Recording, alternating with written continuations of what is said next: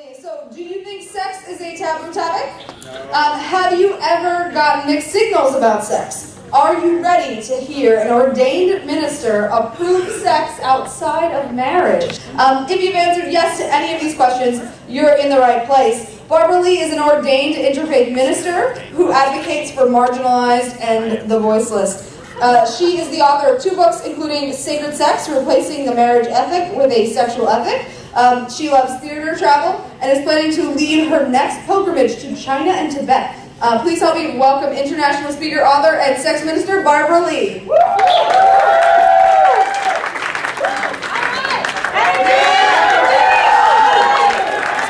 going to talk about sex, right? Okay. So, according to a 2011 study of college students, you young men think about sex as often as once every 4 minutes. And you women as often as once every 10 minutes. So I'm one speaker who's going to encourage you to let your minds wander. My title is the Sex Minister. That's right, sex and minister in the same title. So how can that be? I started out in the Lutheran tradition. I actually worked as an assistant to the bishop for several years and was a mission developer and then became an ordained interfaith minister. And I believe sex is good. And good sex is a gift. Now, I didn't always feel that way. When I was in 2nd grade, I became a statistic.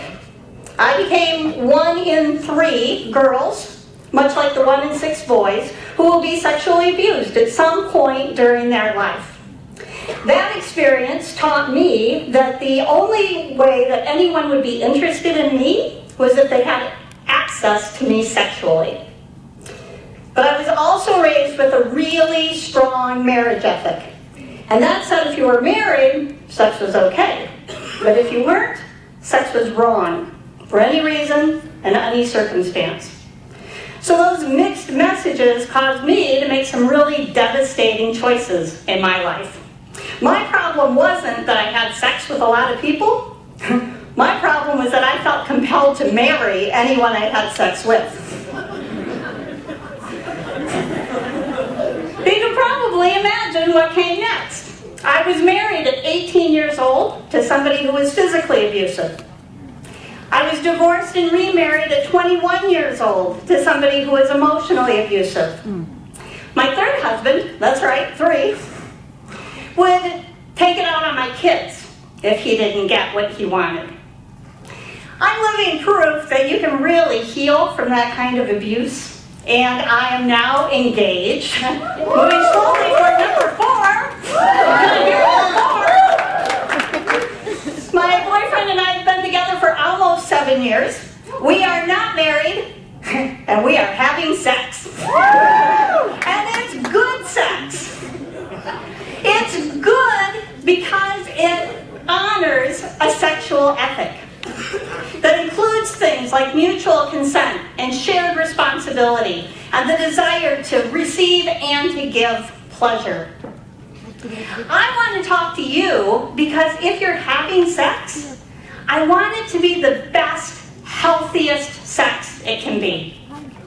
And if you're not having sex, then when you do, I want it to be the best, healthiest sex it can be when the time is right. Now, I have 2 boys. Jackson is 22 years old now, and Alex is 20. When Alex was in elementary school, we sat down together to watch a movie. It wasn't the movie he chose. That had some adult content. So I tried to explain to him why we watched some movies and not others. He looked at me and said, yeah, but when you're an adult, you can watch anything. I said, well, honey, even when you're an adult, there's some things you don't want to watch. He got a really serious expression. He pursed his lips and he said, yeah, like golf. He was right. My apologies to any golf enthusiasts. Ultimately, how we feel about golf or sex has everything to do with what our culture tells us to think. So let me give you an example. Back in the 1970s, I know that's kind of prehistoric time for most of you, but I was actually alive back then. There were some anthropological studies. They found people who were living in parts of the world that they'd never known existed before. One of those groups was people of Enos Bay. They lived on an isolated island that was off the coast of Ireland. These people were found to be the most sexually naive people in the world. They never talked about sex. Men and women considered sexual intercourse a necessary evil that had to be endured for the sake of reproduction. Men believed that sex would destroy their health, and female orgasm was considered a sign of demon possession. Nudity was forbidden, even with children, and there was a practice of whipping dogs if they were caught licking their own genitals. Now compare that to the people of Mangia. The Mangians lived on Cook Island in the South Pacific, and they were found to be one of the most sex-positive cultures in the world. They enjoyed sex in all different varieties. In fact, they believed sex should come first, before affection or any kind of relationship. They believed that adolescent sex should be encouraged. And they didn't do anything like kiss or date. The outcome was just always sex. There was a special emphasis on female pleasure and multiple orgasms. The average young man would have 3 orgasms a night, 7 nights a week, and would strive for his partner to have 2 to 3 orgasms for every one of his. I'm not sure which culture you're more shocked about. But both of them are very extreme. We see them as extreme because those societies don't teach what our society has taught us. So, what has our society taught us? I asked you that question, and these are some of the answers you gave me. It's an entertaining release of stress, the only way to have a kid. Drinking beer will make women want me. Abstinence only, or you're going to hell. That's not always great. It can be smelly. And this one broke my heart. Sexually experienced unmarried women are like opened cans of soda, meant for the trash can only. Wow. So what does this say about our society when it comes to sex? It says that we are really screwed up. One minute, we are treating sex like it's something sinful and shameful, that we need to feel bad for our own perfectly natural impulses and desires.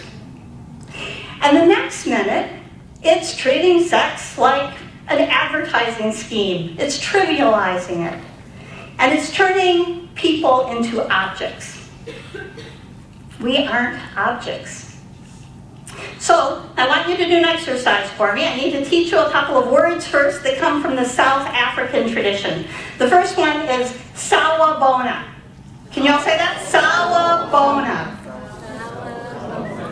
Sawubona. Perfect. All right. The second one is sikona.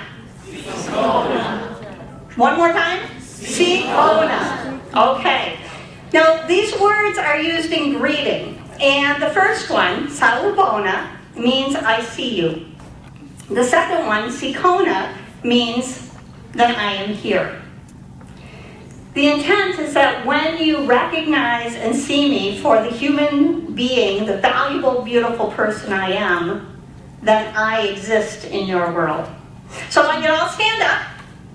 Stand up and pair off with somebody. And I want you to put your right finger under your right eye and look at your partner's right eye.